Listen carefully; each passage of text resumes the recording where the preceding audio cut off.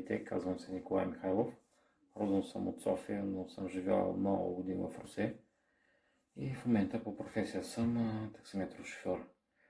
Имам една забавна случка, докато бяхме на една от репетициите, бях се фанал за Вили. След края на едно от хорото тя му пита: знаеш ли зелената салата? И аз казах: знам, разбира се. С репички, с краставички много обичам да се я правя с ракийката вечер. Тя като почна да се хили, то това се оказа вид хоро. После ми го показа и на него се оказа, че всъщност има два вида зелена салата. Добре.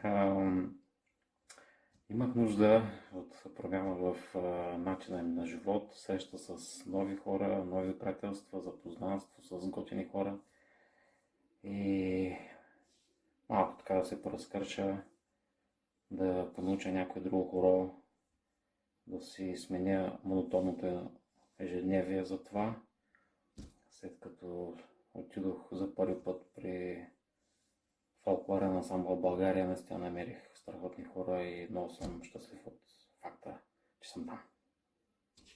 Ще играем.